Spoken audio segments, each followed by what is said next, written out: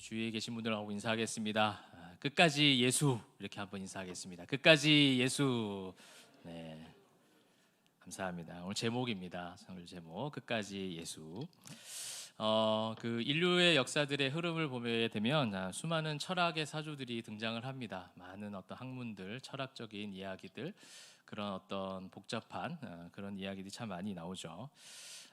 제가 이제 학부 때 대학교 생활할 때 인간에 대해서 한번 알아보자라는 그 이상한 결심을 하고 이제 학기 초가 되어져서 수업을 보니까 선택 과목 가운데 철학 수업이 있는 거예요. 그래서 철학 수업을 딱 이제 호기롭게 딱 이제 신청을 하고 이제 들어갔습니다.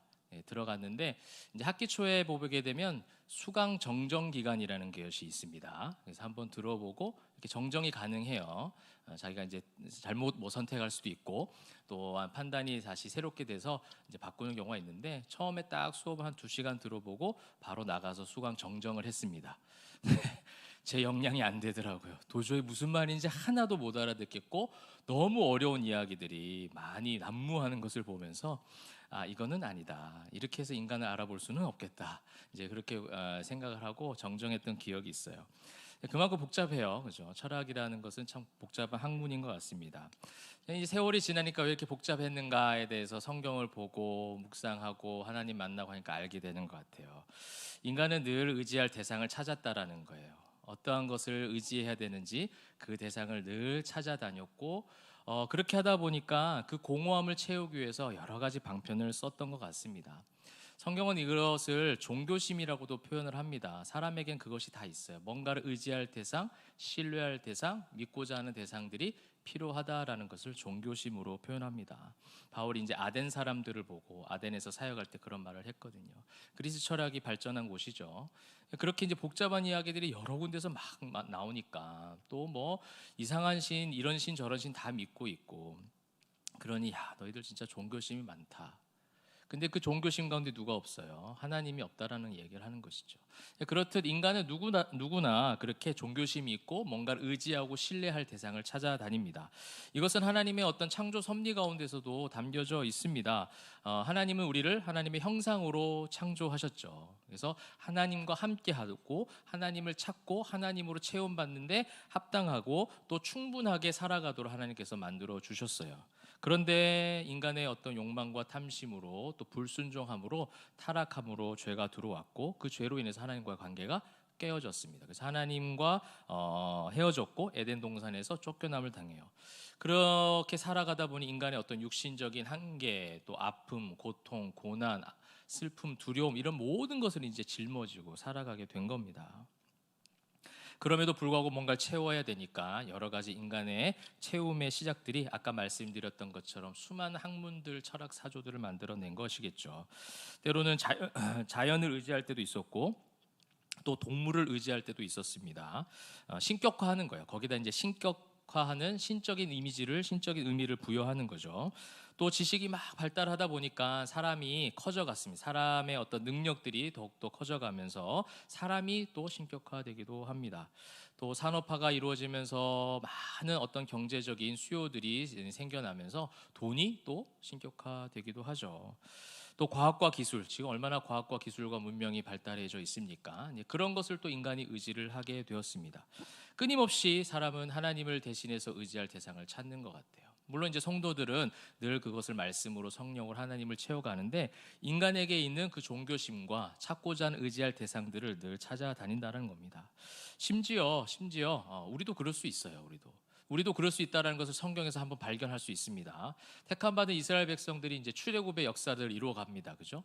출애굽해서 광야를 지나가요. 매일 하나님의 은혜를 경험했습니다. 매일 하나님께서 함께해 주심을 늘 확인하면서 그렇게 광야 생활하던 중에 모세가 이제 시내산에 들어가서 이제 율법을 받죠. 근데 자신들이 생각했던 것보다 좀 늦게 내려와요. 그러니까 이제 조금 조급해지고 이 광야의 생활이 너무나도 두렵고 아무것도 보이지 않는 가운데 우리가 또 의지할 대상이 필요하다라는 것을 그들이 자각하기 시작합니다. 근데 그들이 의지할 대상이 누굽니까? 여호와 하나님이시잖아요. 하나님이 그렇게 보여주셨잖아요. 아니 지금도 오늘도 매일 보여주셨다는 거예요. 만나와 메추라기로 구름기둥으로 불기둥으로 또 이전에는 홍해를 가르심으로 여러 가지 사건을 통해서 하나님이 너희와 함께하고 있다라는 것을 늘 보여주셨습니다. 근데 모세가 조금 늦게 내려온다는 이유로 그들은 의지할 대상을 찾기 시작하였고 결국은 금송아지를 만들어서 이것이 우리를 인도하여 내었다라는 엄청난 죄를 저지르게 되는 것이죠. 이렇게 택함 받아서 하나님의 은혜를 날마다 경험하는 하나님의 백성들조차도 의지할 어떤 대상을 찾게 되었다라는 거예요. 이처럼 하나님을 믿는다고 하면서도 눈앞에 나타난 인생의 위기와 두려움 속에서 하나님을 대신하여 의지할 무언가를 자꾸 찾도록 사단은 유혹하고 있습니다. 저와 여러분이 어떤 상황 가운데 있습니까? 또 한 주간의 삶을 살아오면서 많은 생각과 복잡한 마음들이 많이 있으실 거라고 생각이 됩니다. 또한 교회만 그런 것이 아니라 우리 나라와 민족도 그렇고 여러분 개인의 삶, 또 가정의 삶 가운데서도 그런 복잡한 위기들, 두려운 상황들이 얼마나 많은지 몰라요. 근데 그때 사단이 교묘하게 다른 것을 의지하도록 만든다는 거예요. 다른 것을 신뢰하도록 우리의 믿음의 시선을 다른 쪽으로 흐려지게 만들어 간다는 겁니다. 그래서 바라기는 오늘 말씀의 제목처럼 여러분 그런 가운데서도 우리의 초점을 다시금 새롭게 재조정해서 끝까지 예수만 바라보기를 소망합니다. 끝까지 예수만 우리의 모든 것 되시고 모든 것 위에 뛰어나신 그 이름의 능력, 그 예수만이 답인 줄 믿습니다. 그런 어떤 위기 속의 성도가 끝까지 주 안에서 안식하며 예수를 바라볼 수 있는 그 말씀이 오늘 본문 가운데 하나님께서 주고 계십니다. 오늘 본문은 이제 히브리서 말씀이에요. 히브리서 말씀. 신약 성경을 보게 되면 저자들이 다 있습니다. 그죠? 바울이 제일 성경을 많이 썼죠, 신약에서. 또한 그 외에 제자들 중에 베드로도 야고보도 요한도 그렇게 성경을 썼습니다. 그렇게 이제 저자가 명확하게 나와 있습니다. 보통 신약 성경 이제 서신서기 때문에 서신서라는 건 이제 편지잖아요. 근데 편지를 보는데 누가 보냈는지 모르게 하진 않으니까 누가 썼다라는 것이 정확하게 나와 있기 때문에 그 저작에 대해서는 논란의 여지가 없습니다. 근데 이제 히브리서는 없어요. 누가 썼다라는 말이 없기 때문에 여기에 대한 많은 연구와 여러 가지 토론들이 있었던 것 같아요. 주석가들도. 근데 성경에 안 나와 있다는 것은 여러분 그렇게 생각하시면 됩니다. 어떤 거죠? 별로 중요하지 않다라는 거예요. 그거를 말하고자 하는 것이 아니라는 겁니다. 무엇을 말하고자 그것 말고 어떠한 것에 집중시키고자 성경은 그런 어떤 방법을 쓰기도 한다라는 겁니다. 누가 썼느냐, 누구의 경험으로, 누구의 지식으로 이것을 써 내려갔는가 보다 더 중요한 주제가 있다라는 것, 이것이 어떤 간접적인 메시지가 될 것 같습니다. 또한 히브리서는요, 어떤 이 쓰여진 목적을 보게 되면 이 환난과 박해 속에서 기독교 신앙을 부정하고 이 초대교회 성도들이 조금씩 이탈하고 흔들리고 포기하고자 하는 그런 극심한 때, 마치 이 한계, 임계점이 다다라서 이제 인간이 가지고 있었던 신앙의 인내력이 다 바닥을 보고 있었던 그 시점 가운데 하나님께서는 이 히브리서 기자를 통해서 말씀을 주셨다는 거예요. 유대인들, 특별히 기독교인 유대인들이에요. 처음에는 이 유대인들은 율법주의자들이었고 예수님을 십자가에 못 박았던 자들이 바로 유대인 아닙니까? 근데 이후에 이제 사도들과 제자들이 복음을 전하면서 그 많은 유대인들이 이제 크리스천이 되고 예수님을 믿기 시작했습니다. 그래서 초대교회를 이루었어요. 사도행전에 보셨듯이 초대교회가 많은 핍박을 받아서 흩어짐을 당하기도 합니다. 디아스포라들이 쭉 흩어져서 그렇게 또 복음을 전해요. 그 모든 환난과 핍박과 어려움 속에서도 그들이 교회의 끈을 놓지 않았고 그 신앙의 끈을 놓지 않고 계속해서 버티고 살아갔던 것 같습니다. 그런데 이러한 영적 공격 속에, 이 치열하고 험난한 이 영적 공격 속에 기독교 공동체는 혼란을 겪기 시작했습니다. 회복을 하긴 해야 되는데, 버티긴 버텨야 되는데 어떻게 해야 될까라는 생각들을 많이 했던 것 같아요. 교회가 존립이 돼야 되고 성도의 신앙이 위기가 아닌 기회가 되어야 되고, 그렇게 해서 이제 우리가 새롭게 새 일을 바라보고 해야 되는데 그 일을 하기 위한 방편들로 너무나도 많은 인간적인 방법들, 인간적인 생각, 지식, 가치관들이 동원이 되었던 것입니다. 근데 이 히브리서 기자는 말하고 싶은 것이 있어요. 모든 것 위에 뛰어나신, 이 모든 상황과 환경 가운데서도 그 모든 것을 다 주관하시고 모든 것에 뛰어나신 그 이름의 능력, 바로 예수 그리스도를 마음에 새겨라 라고 말씀하고 있는 거예요. 너무 당연한 답 같죠? 너무 당연한 거 아니에요? 목사님 하실 수도 있습니다. 근데 그 당연한 것을 우리는 누리질 못해요. 그 이름의 능력에 대한 힘을, 그 이름의 능력에 대한 그 신뢰가 어떤 위기와 상황 가운데 딱 놓여지게 되면 다른 방법을 찾더라는 거예요. 다른 이야기를 귀로 듣는다는 겁니다. 말해서는 안 되는 입술을 열어서 자꾸만 은혜를 쏟아부는 이야기를 하도록 만들었다라는 거예요. 그런 모든 상황, 복잡하고 미묘한 상황 가운데에서 모든 것을 다 내려놓고 오직 예수 그리스도, 그 이름을 선포하라, 그 이름을 신뢰하라, 그렇게 말씀하고 있는 그것이 바로 히브리서 말씀이에요. 오늘 본문 말씀에도 그게 등장합니다. 3장 1절 말씀만 보시도록 하겠습니다. 그러므로 함께 하늘의 부르심을 받은 거룩한 형제들아, 우리가 믿는 도리의 사도이시며 대제사장이신 예수를 깊이 생각하라. 이걸 얘기하고 싶은 거예요. 예수를 깊이 생각하라. 너희들이 지금 상황 맞이하고 있는 그런 상황을 고민하고 어떻게 헤쳐나갈 것인가라고 하는 그런 어떤 인간적인 방편과 여러 가지 경험들, 유대인들이니까 얼마나 말씀을 많이 알겠어요. 율법주의자들이기 때문에 경험들이 많아요. 지식들이 많아요. 그리고 매일매일 시간 정해서 기도하는 것도, 기도 생활도 너무 잘합니다. 말씀도 많이 암송하고 있어요. 그러한 것들이 다 중요하긴 하지만 하나님은 그것이 하나님과의 사랑의 관계를 이어주기 위한 방편으로 주신 것이지, 예수 그리스도의 이름보다 앞서는 그 어떤 것, 그 모든 것들은 우리의 인내력을 한계점에 오도록, 임계점에 다다르도록 한다라는 거예요. 그래서 거꾸로 말해서 이것을 극복하고 회복할 수 있는 이름, 그 능력이 무엇이냐? 바로 예수 그리스도라는 겁니다. 그래서 1장부터 계속해서 흘러가는 히브리서의 흐름은 무엇이냐면, 선지자들, 사도들보다 우월하신 예수 그리스도. 그건 무슨 말이에요? 그들이 선지자와 사도들을 의지했다라는 거예요. 그렇죠? 하나님께서 보내주신 그 선지자와 사도들 신뢰하고 함께하는 것은 좋지만 그 의지의 초점이 그들에게 맞춰져 있었다라는 거예요. 때로는 천사를 의지했나 봅니다. 그래서 성경은 천사보다 우월하신 예수 그리스도를 얘기해요. 1장 4절 말씀을 한번 보시도록 하겠습니다. 1장 4절 말씀입니다. 1장 4절 말씀. 네, 그가 천사보다 훨씬 뛰어남은 그들보다 더욱 아름다운 이름을 기업으로 얻으심이니. 천사보다 훨씬 뛰어남은, 이거 무슨 말씀이에요? 또 천사들을 또 의지했던 것 같아요. 우리가 지금 하나님과 관계에서 예수를 믿고 신앙생활 하는데 도저히 힘듭니다. 천사와 같은 능력들이, 왜냐하면 구약성경에서의 천사는 하나님과 인간의 끊어진 관계를 중재해주는 역할들로 많이 등장을 했습니다. 그러므로 하나님, 우리가 천사를 통해서 하나님 보기를 소망합니다. 천사를 통해서 이 문제가 해결되기를 소망합니다. 그런 기도들이 올려졌던 것 같습니다. 그리고 오늘 말씀은 이제 누구보다 우월하신 예수님을 이야기하고 싶었을까요? 바로 모세입니다. 모세. 여러분, 모세하면 어떻습니까? 다 모르는 사람이 없죠. 모세 다 압니다. 아마 성경에서 가장 영향력 있는 인물 탑3에 선정을 한다고 한다면 모세는 빠질 수가 없는 인물이에요. 가장 성경을 먼저 기록했던, 우리 창세기부터 모세 오경, 신명기까지가 모세가 기록한 성경이에요. 하나님 앞에 쓰임받았던 그런 모세. 그 모세가 하나님 앞에 쓰임을 받아서 오늘 신실한 종이 되었다라고 5절 말씀은 그렇게 이야기하고 있습니다. 모세는 장래에 말할 것을 증언하기 위하여 하나님의 온 집에서 종으로서 신실하였고, 하나님의 신실한 종으로 모세가 쓰임 받았다라고 얘기하는 거예요. 자, 이제 모세가 등장시킨 것은, 모세를 기록한 것은 아까 말씀드린 대로 아마 이 초대교회 성도들이 그 모세를 기억하고 있는 것 같아요. 모세에 대한 선망이 있습니다. 모세를 통한 이야기들이 그들에게 마음속에 경험상 있어요. 그러면 신약 성경 한 예로 변화산 사건 가운데 예수님이 모세와 엘리야와 이야기하는 사건이 등장하지 않습니까? 근데 그 속에서 베드로와 그 제자들이 어떻게 해요? 여기가 좋사오니 하면서 막 집을 짓겠다고 그래요. 모세를 위해서, 엘리야를 위해서. 그토록 존경하는 이스라엘 백성들이 의지하던 대상이라는 겁니다. 그 변화산 사건에서의 주인공은 예수님인데 그 예수님은 없고, 그런 것에 집중하고 있는 그들의 모습처럼 이 당시 히브리서를 읽는 독자들이 그랬다라는 거예요. 초대교회 성도들이 그랬다라는 거예요.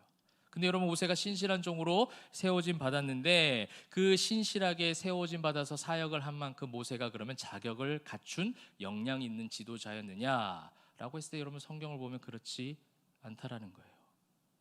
그가 쓰임 받을 만해서 쓰임 받은 게 아니라는 겁니다. 너희들이 의지하고 신뢰하고 있는 그 모든 것들, 그것이 마치 모든 길에 답이 있는 것처럼 여겨지고 그것이 완벽한 것처럼 여겨지지만, 성도들이 원하고 있는, 또 바라고 있는, 신뢰하고 있는 그 모세조차도 뭔가 채워져서 역량이 있기 때문에 세움받은 것이 아니라는 거예요. 여러분, 모세 생각해 보세요. 지도자로 세움받기 이전에 무엇이 그가 준비가 되었습니까? 준비된 게 별로 없습니다. 왕궁에서 40년 보냈고요. 광야에서 광야 생활했지만 뭐 그렇게 많이 깨달았고 하나님을 찾았고 만났고 하는 이야기가 별로 성경에 기록되었지 않아요. 80세가 되어서 소명을 받잖아요. 여러분, 우리 80세 되신 포에버 어르신들 힘내시길 바랍니다. 우리 포에버 어르신들 끝까지 사명 감당하시고 끝까지 예수 붙잡으시면 좋겠어요. 그래서 힘을 내시면 좋겠습니다. 우리 포에버 어르신들. 80세 소명 받았어요. 80세. 다 끝났어. 아이고 내 육신이 힘들어. 나 할 수 없어 하는 그때 모세도 실제로 그렇게 하잖아요. 소명받는 그 순간 가운데 나 못하겠다라는 거예요. 나는 혀가 둔하고 입이 뻣뻣하고 뭐 말도 잘 못하고 뭐 저 같은 사람을 쓰십니까? 라고 할 정도 자기가 생각해도 자기는 그런 출애굽의 역사를 감당할 지도자로서 적합하지 않다라는 것을 이야기하고 있습니다. 근데 하나님께서 그런 너와 네 입술의 우둔한 가운데서 내가 함께 할 것이고 계속해서 너와 동행하겠다라는 것을 보여주시고 그 확실한 증거로 무엇을 보여주시죠? 10가지 재앙을 다 보여주시잖아요. 하나님의 그 강하신 손, 그 펴신팔로 이끄시는 그 놀라우신 하나님의 권능을 10가지의 재앙을 통해서 네가 하는 것이 아니라 내가 그것을 이루을 것이다. 내가 성도들을 구원해낼 것이다. 내 자녀들, 내 백성들을 출애굽해서 가나안 땅으로 인도해 갈 것이다 라는 것을 하나님이 하시겠다라고 얘기하는 거예요. 그래서 오늘 성경도요, 신실한 종으로 모세가 사용을 받았지만 사실 2절 말씀을 한번 보도록 하겠습니다. 2절 말씀, 그는 자기를 세우신 이에게 신실하시기를 모세가 하나님의 온 집에서 한 것과 같이 하셨으니, 그 하나님이 먼저 신실하시다라고 성경 기록하고 있어요. 그 하나님의 신실하심이 모세에게 은혜로 임했기 때문에 모세가 그 일을 감당할 수 있었다라는 거예요. 그러면 이스라엘 백성들이 그렇게 의지했고 그 모세의 여러 가지 이야기들, 경험들, 이 모든 것들이 지금 무엇 아래에 있다는 거예요? 하나님의 은혜 아래에 있다는 거예요. 근데 이것을 더 높게 보는 거예요.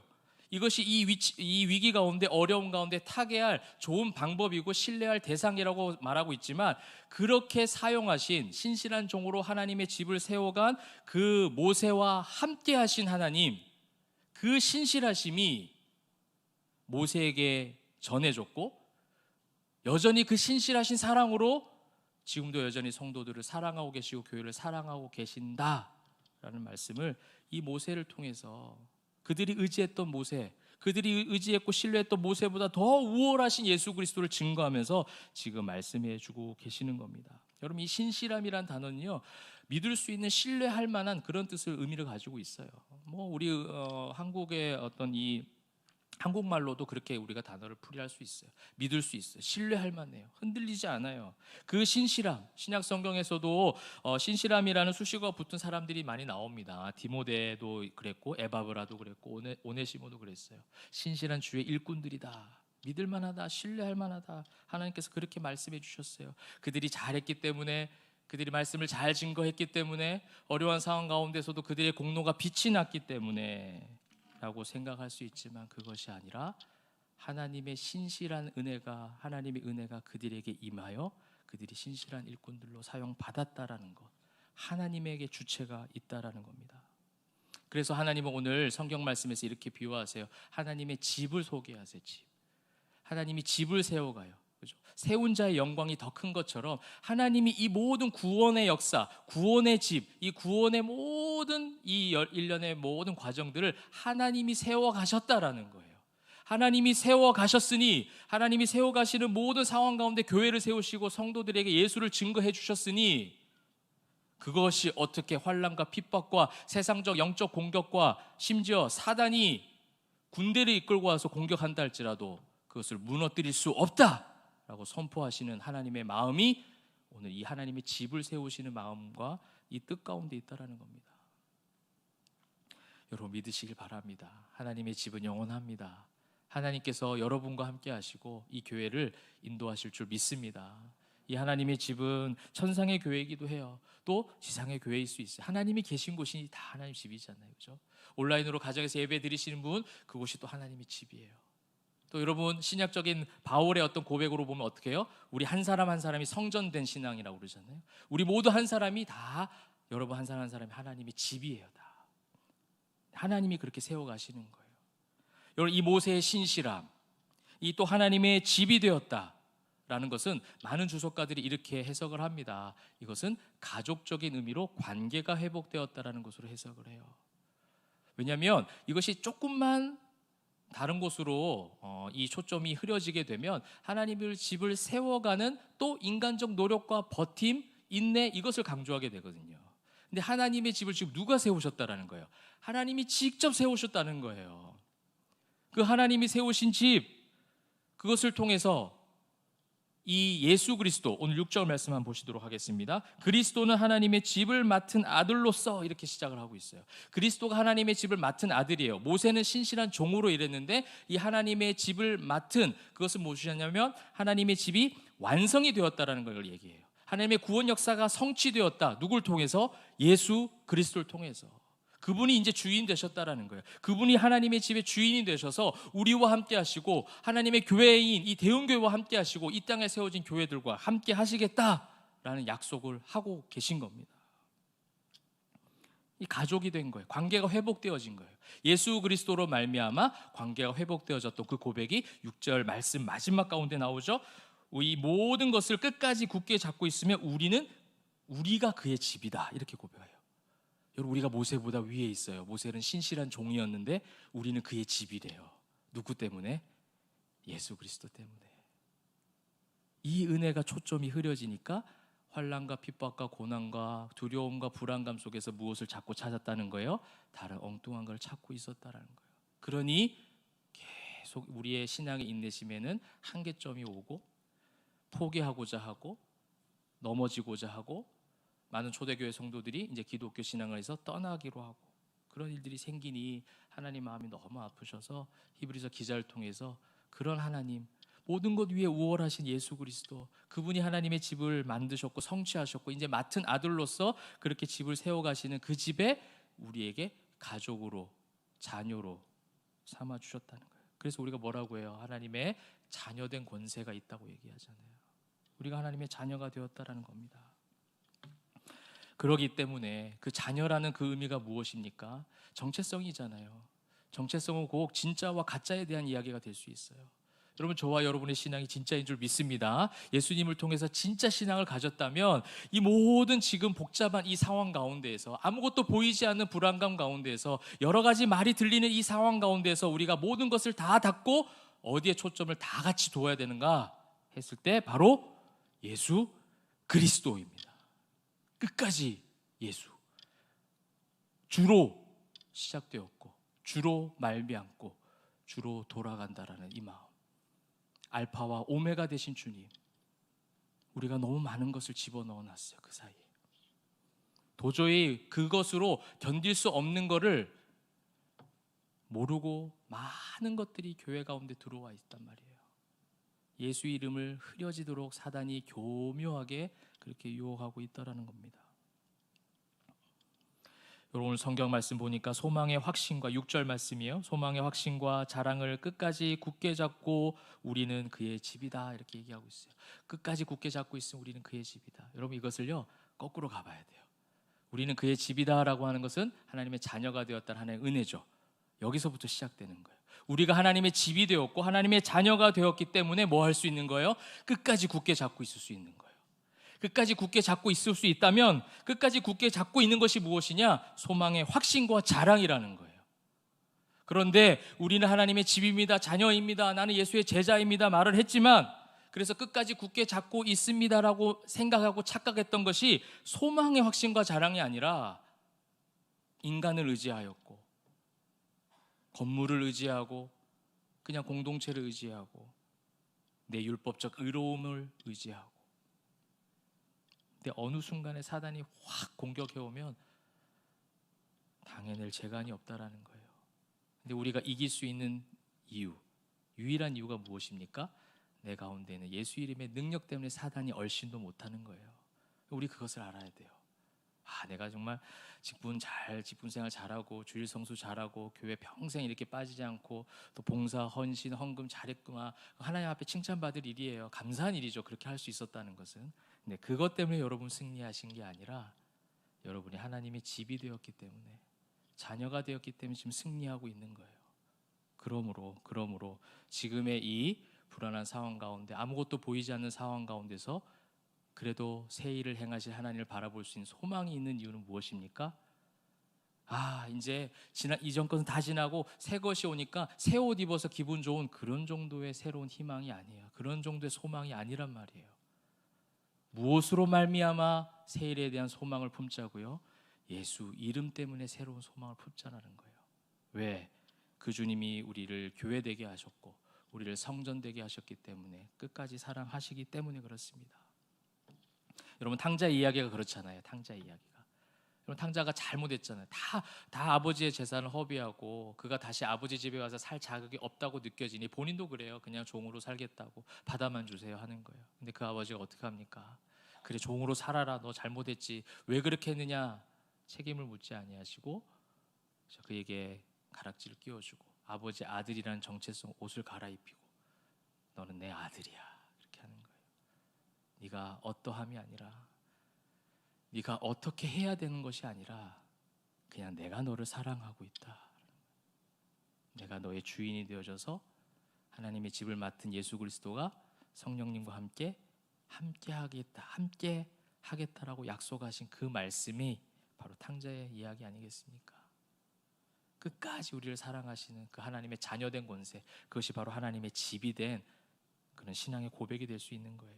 여러분, 바울도 마찬가지입니다. 우리가 요즘에 큐티 본문을 하고 있는 로마서 말씀에 참 많은 은혜가 있는데요. 로마서 7장을 보면 바울이 그렇게 마지막 고백합니다. 오호라, 나는 공고한 사람이로다. 나는 공고하다.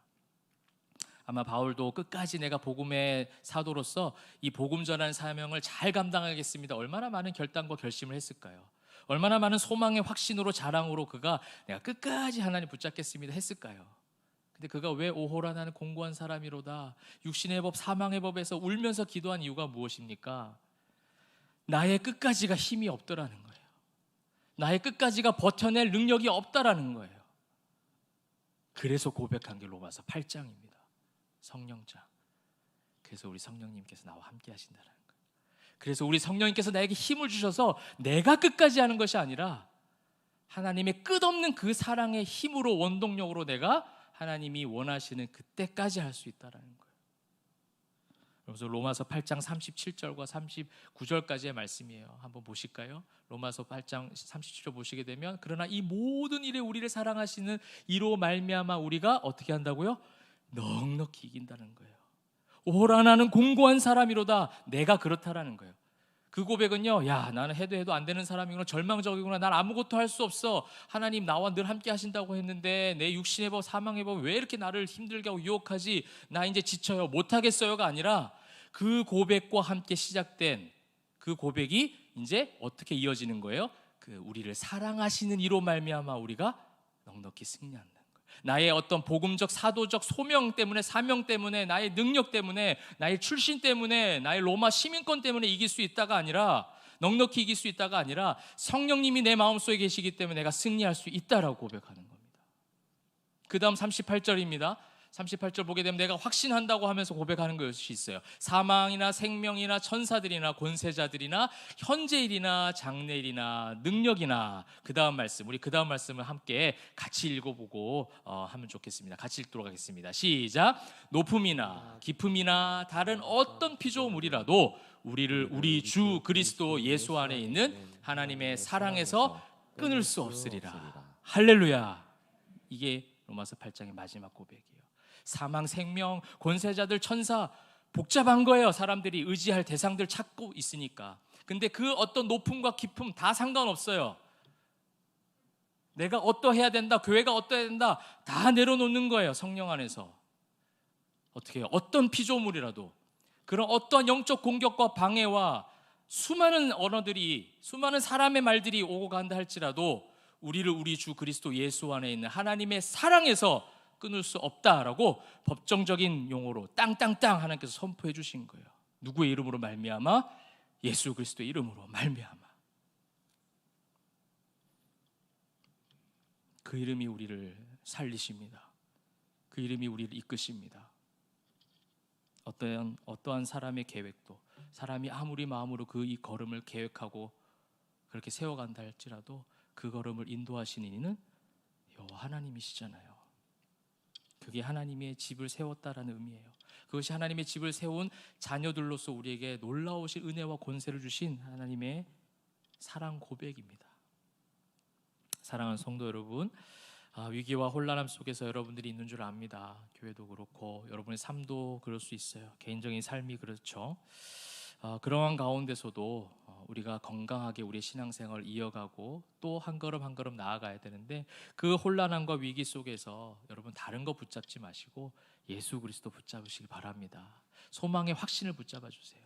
여러분, 이 확신이란 단어가 원어적으로요, 어떤 결단, 결심, 우리는 그렇게 느껴지잖아요. 내가 예수 잘 믿어야지. 내가 오늘 내 마음속에 예수님 모시고 목사님 말씀대로 이제 그 말씀 의지해서 내가 해야지. 이것도 결심이고 확신인데, 여기서 말한 성경적 확신은 그곳을 끝나지 않아요. 밝히 드러내다, 이런 의미가 있어요. 여러분, 무엇입니까? 사랑하는 성도 여러분, 뒤로 물러서지 마시기 바랍니다. 이 과도기 때, 이 영적 싸움 가운데 뒤로 물러서지 마시고 사단과 싸워주시기 바랍니다. 기도로, 각자의 자리에서, 가정에서, 교회에서 기도의 자리를 통해서 내 안에 있는, 우리 교회 가운데 새겨져 있는 그 이름, 예수 이름 선포하시면서 여러분 싸워주세요. 영적 싸움을 함께 감당해 주세요. 우리가 지금 해야 될 것은 그거 딱 하나예요. 함께 한 주를 바라보고 한 예수 그리스도 그 이름을 선포하며 함께 기도하고 예배하고 새 일을 행하실 하나님을 신뢰하고 찬양하는 것. 그렇게 하다 보면 하나님께서 우리 교회 또 실무자들에게 지혜도 주시고 앞으로 어떻게 이끌어가야 될지 하나님의 마음도 주시고, 하나님이 역사하세요. 하나님이 집을 세우신다고 말씀에 약속해 주셨잖아요. 수많은 사람들의 생각, 말, 방법들, 인간적인 가치관, 계획들, 이 모든 복잡한 것 잠시 내려놓고 이 모든 것 위에 뛰어나신, 사도들보다, 선지자들보다, 천사들보다, 모세보다 우월하신 예수 그리스도, 그 이름 붙잡고 바라볼 때에, 그것을 신뢰할 때에 여러분의 삶이 예수로 말미암아 승리하게 되시기를 주님의 이름으로 축원합니다. 말씀을 맺도록 하겠습니다. 지난주에 이제 소식을 들으셔서 사실은 마음 가운데 많은 복잡한 생각들도 아픔들도 있을 것 같습니다. 저 역시도 이 소식을 처음 접했을 때 어안이 벙벙하더라고요. 놀랍고 어떻게 해야 되나. 부목사님들이 담임 목사님보다 나중에 나간다는 생각을 잘 안 하거든요. 근데 담임 목사님보다 나중에 나가다니 마음이 좀 그렇더라고요. 그러면서 저는 또 유 목사님이 참 저에게 참 많은 사역의 기회들을 열어주셨고 사랑해 주셨고, 그렇게 또 부산 촌놈을 잘 거두어 주셨고, 네, 부산에서 이제 처음 와가지고 국회의사당 지나갈 때 입을 못 다물었거든요. TV로만 보도 저게 갑자기 내 옆에 지나가는 거야. 우와, 63빌딩이 갑자기 지나가. 근데 지금은 이제 서울 사람 돼갖고요, 지나가도 눈 하나 까딱 안 해요. 길도 다 알아요. 내비도 꺼요. 교만해가지고. 근데 그렇게 사랑을 많이 받아서 또 마음도 많이 아프고 또 복잡한 심경이 있었어요. 그래서 하나님, 나에게 사명을 언제까지, 어느 때까지, 얼만큼 뭘 원하실까, 이런 여러 가지 계산과 생각들을 하고 있을 때 이제 아내와 어떤 지인, 우리 아내 이제 아는 동생이요, 자매인데 그 동생을 만나게 되었습니다. 셋이서 만나게 된 거죠. 오랫동안 함께 신앙적인 교제를 해오던 그런 자매입니다. 근데 그 자매에게는 남동생 한 명이 있습니다. 남동생이 한 명이 있는데 그 형제가 장애가 좀 있어요. 그래서 이게 언어가 이제 좀 불편한 그런 어떤 불편함이 있고 어려운 것이 있는데, 그럴 뿐이지 그의 생각과 신앙생활, 교회에서 정말 열심히 예배하거든요. 맨 앞자리 와서 예배하고 그렇게 교회를 사랑하고 예수를 사모하는, 그래서 어떨 때는 건강한 우리들이 봤을 때 우리는 다 사지가 건강하고 모든 것이 다 뭐 완벽한 것처럼 보이지만, 어떨 때는 그 형제를 보면서 더 부끄러움이 여겨질 때도 있을 만큼 그의 신앙생활은 참 뜨겁고 순전해 보였습니다. 그래서 뭐 담임 목사님이 어디를 가는지 그 형제한테 물어보면 다 안 돼요. 그만큼 교회에 대해서 관심이 많아요. 참 귀한 청년이에요. 이 이야기를 조금 말씀 시간 때 이제 당사자니까 좀 해도 되겠냐 양해를 좀 구했는데, 그 친구가 얼마나 또 순박하고 착한지 자기 이름도 얘기해 달래요. 네, 손준영입니다. 손준영. 네, 손준영이란 형제예요. 네, 그 준영이란 형제가 그 자매 남동생인 거예요. 근데 이제 뭐 원래부터 알고 있었으니까 함께 교제를 해왔으니까 이제 뭐 남매끼리 서로 그런 뭐 이제 농담 반 진담 반처럼 이야기를 하는 거예요. 아 준영아, 김 목사님, 김성철 목사님, 자기 다니는 교회 부목사님으로 오시면 좋겠어 뭐 이런 얘기를 많이 했다고 해요. 이제 그런 얘기를 하고 있고 저를 이제 좋아해서 그 자매랑 이제 만나서 세 명이서 교제를 하는데 우리 준영이가 목사님 만나면 영상 통화해서 인사하고 싶대요. 그런 거예요. 그래서 영상 통화 하자고. 그래서 이제 영상 통화 이제 떴어요. 그래서 막 이제 인사하고 안녕 이렇게 하고 이제 뭐 많은 말을 안 해요. 이제 언어에 이제 불편함이 있으니까 그런 말 안 하고 이제 누나가 이제 대화할 때 그런 식으로 대화하는 거예요. 누나는 잘 알아듣더라고요. 발음이 거의 못 알아들어요. 저희들은 무슨 말 하는지 하면은 누나가 그거 이러면 뭐 맞아 뭐 이렇게 끄떡끄떡 하거나 뭐 아니야 뭐 이런 식으로 대화가 이루어지는 그런 청년이죠. 근데 그런 가운데 이제 영상 통화 마무리하면서 누나가 준영 안녕 하면서 뭐 목사님 우리 교회 오시라 할까, 이제 좀 우스갯소리로 농담처럼 목사님 우리 교회 오시라고 할까 뭐 그렇게 한다고 되는 것도 아닌데 그렇게 둘이서 얘기하는 거예요. 그러니까 이제 준영이가 뭐 이렇게 얘기한 거예요. 근데 저희는 무슨 말인지 못 알아들었어요. 근데 이제 누나가 갑자기 눈빛이 이렇게 하는 거예요. 목동 대흥교회 이렇게 한 거예요. 그러니까 뭐 이렇게 한 거예요. 그러면서 그 청년이 한 게 뭐냐면 끝까지 너무 또렷하게 그 어떤 발음보다 똑똑하게 다 들렸어요. 끝까지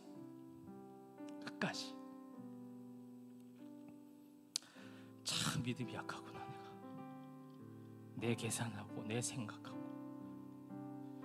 그 청년을 통해서 들려진 너무 명확한 하나님의 메시지. 언제까지 내가 하는가에 대한 끝까지가 아니에요. 처음에 그렇게 생각했어요.